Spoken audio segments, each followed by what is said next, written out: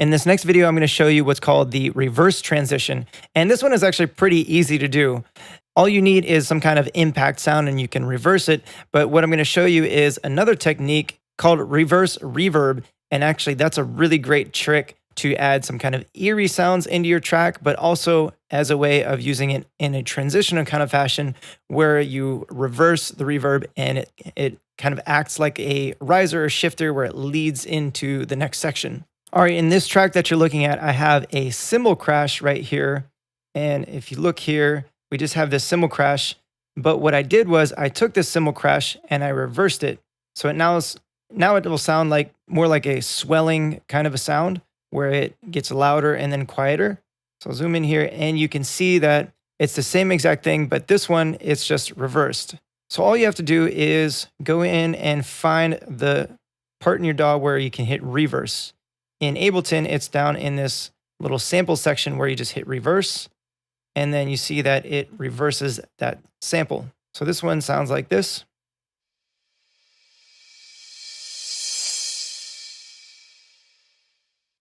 And in context with the song, it sounds like this.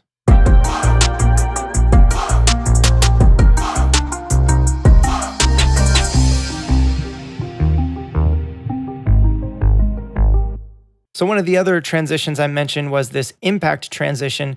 And what you can actually do is take those impact sounds and then reverse them. So you see I have this other impact sound and it's actually leading out of this breakdown.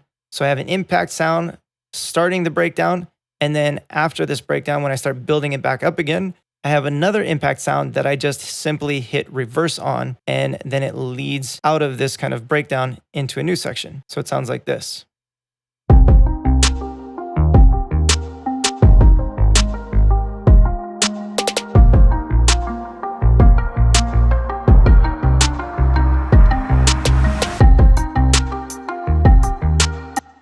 So as you can hear, this melodic harp sounds kind of muffled. I have an EQ that's filtering out some frequencies and it starts to open up. And once it gets fully opened again, this reversed impact is just leading you into that next section. And then I do the same thing over here when I lead in back into the chorus.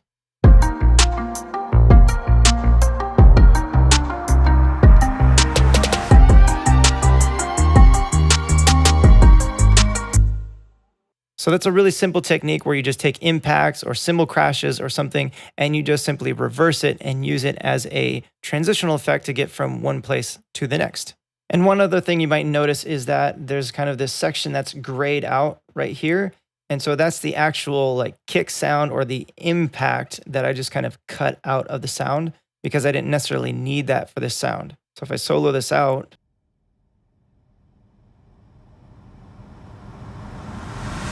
so you can hear I didn't really need that impact. It didn't really do much for the sound. So I just chopped it off and then it sounds like this.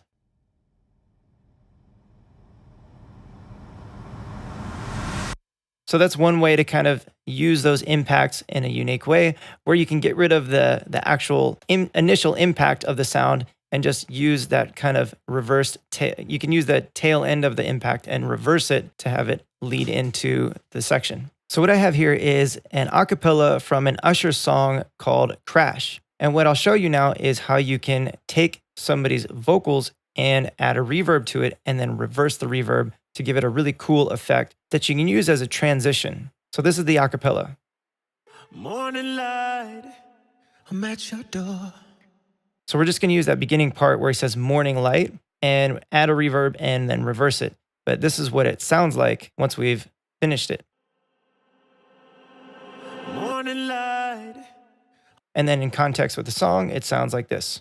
Morning light, I'm at your door. So it's a really cool way to add a bit of a transition that's rather subtle, but definitely gives it some movement. So the first thing I'm going to do is I'm going to select the track and I'm going to duplicate it. I can just press Command D or I can right click and press duplicate. Now I duplicated this because what I'm planning to do is mess with this audio and I don't want to mess up what I had already done with his vocals. So I only need this section, so I just get rid of all the other audio and then we can add a reverb onto this track. I'll just use a stock reverb for now. we'll set it to 100% wet because I want the reverb effect sound itself. And we want a pretty decent decay. So I'll solo this out so you can just hear this. Now I want a really long reverb tail, so that way it gives it more of a lead in. I'm going to turn this up even more.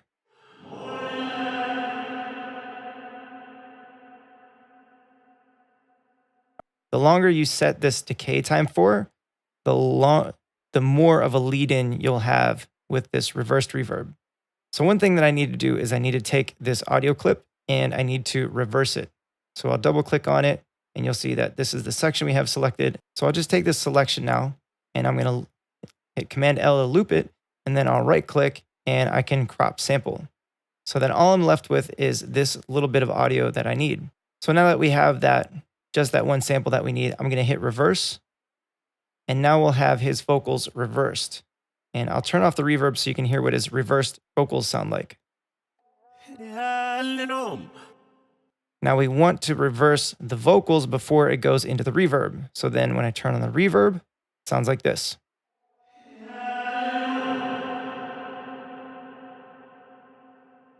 All right, and depending on how long of that reverb tail we want, we can mess with decay time. So we'll leave it like that. And I'll just filter out some of the high frequencies on this.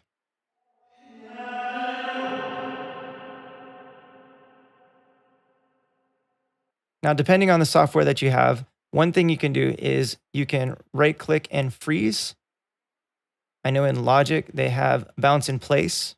So we can freeze and flatten this track. And what it's going to do, so we can right click and we can freeze this track. So now that the track is frozen, you can see that it has this really long reverb tail. And what we'll do is we'll hit right click and flatten. So if you're using something like Logic, the same thing is bounce in place. And now what we're left with is the reverb only, but there's one more step. Now, if I try to put that in there with his vocals, it's not going to sound right because it's not leading into the vocals.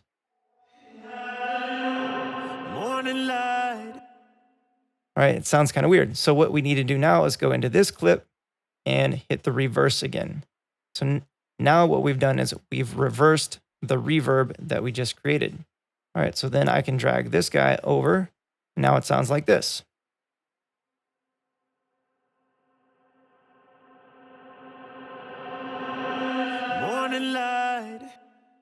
Now all I need to do is line up his vocals a little bit here. So you can hear that it sounds like he's saying morning light. So then I just line that up with his vocals.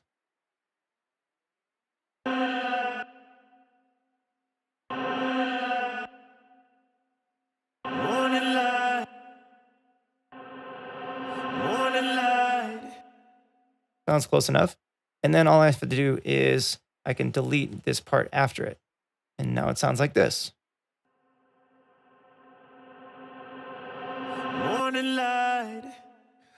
Now again, depending on your software, you might have to create a new audio track and then record arm that track and take that audio with the reverb on it and record it down to a new track before you reverse it. But in Ableton, and I know Logic, you can do a bounce in place or a freeze and flatten.